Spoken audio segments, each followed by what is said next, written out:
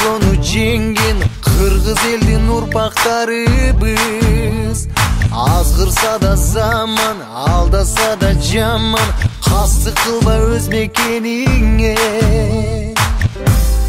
Бейиштин төрүндөй,